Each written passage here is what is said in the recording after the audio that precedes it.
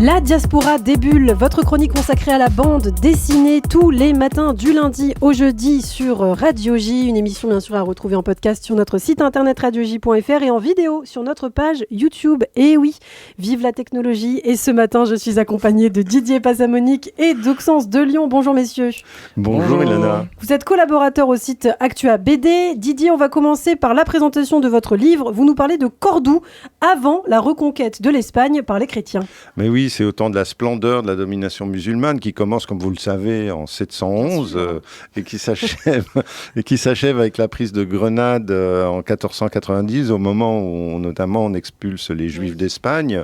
Ici, nous sommes en 976, lors de la première guerre civile entre musulmans, qui s'appelle la Fitna, sous le règne du grand vizir Ibn Amir al-Mansour, qui assoit sa légitimité en se présentant comme un chef de guerre combattant au nom de l'islam et d'un sunnisme rigoriste. Ouais, c'est un thème qui nous rappelle une certaine actualité. Hein. Voilà, c'est ça, entre les sunnistes et les chiites.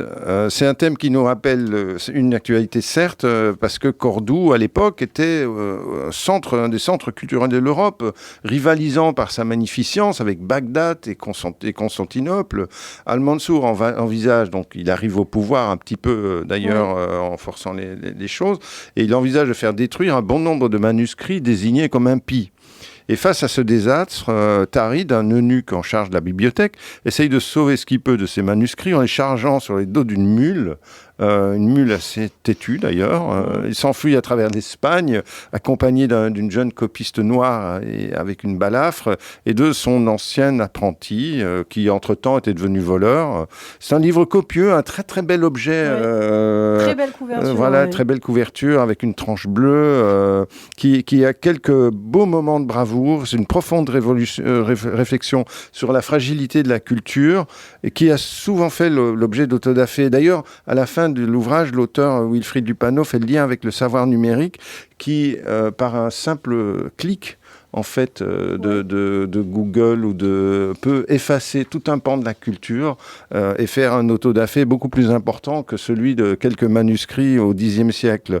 Wilfried Lupano, c'est pas n'importe qui. Il a reçu l'année dernière le prix France Bleu Actua BD de la BD Jeunesse pour un autre album.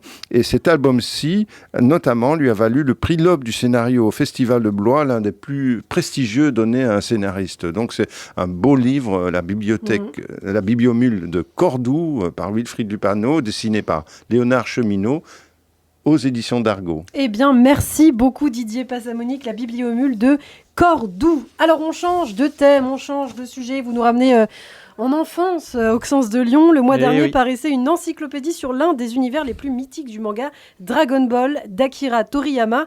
Ça m'a l'air d'être une sacrée mine d'informations quand même. Hein. Et oui, donc sorti le 17 novembre, Dragon Ball, le super livre, se vend comme la bible des fans de Dragon Ball. Il s'agit d'une réédition enrichie des grands livres Dragon Ball tomes 2 et 4, publiés en 95, avec plein d'informations exclusives chez Glénat, donc l'éditeur historique de Dragon Ball. Donc, après la Bible, on attend le Talmud. Hein. Ouais, c'est ça, exactement. Donc ça fait plus de 350 pages quand même, pas tout à fait la Bible, mais quand même un beau volume. Découpé en deux grandes parties, donc on a l'histoire et l'univers de Dragon Ball, avec rappelons quand même que cette saga a été vendue à plus de 260 millions d'exemplaires dans le monde, c'est un immense succès.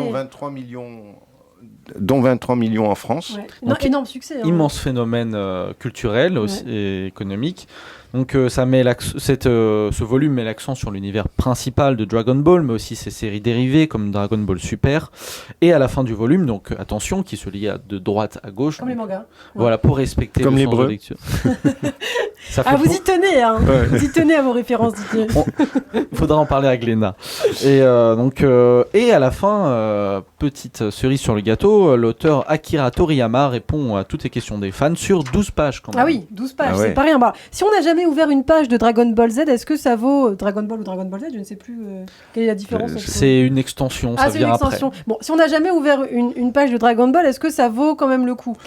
Eh bien, je pense qu'en fait, l'ouvrage est tellement dense que tout le monde peut s'y retrouver si vous connaissez bien l'univers. Vous pourrez quand même découvrir des choses. Si vous avez lu que Dragon Ball, vous pouvez ensuite aller vers Dragon Ball Z. Et si vous n'avez rien lu, il est aussi possible de découvrir plein de choses. C'est une vraie mine d'or. Donc c'est une sorte de musée en fait érigé à la gloire de cet univers nippon, avec de nombreuses généalogies, des illustrations pleine page, des cases qui ont été reproduites fidèlement, des frises chronologiques, etc., etc.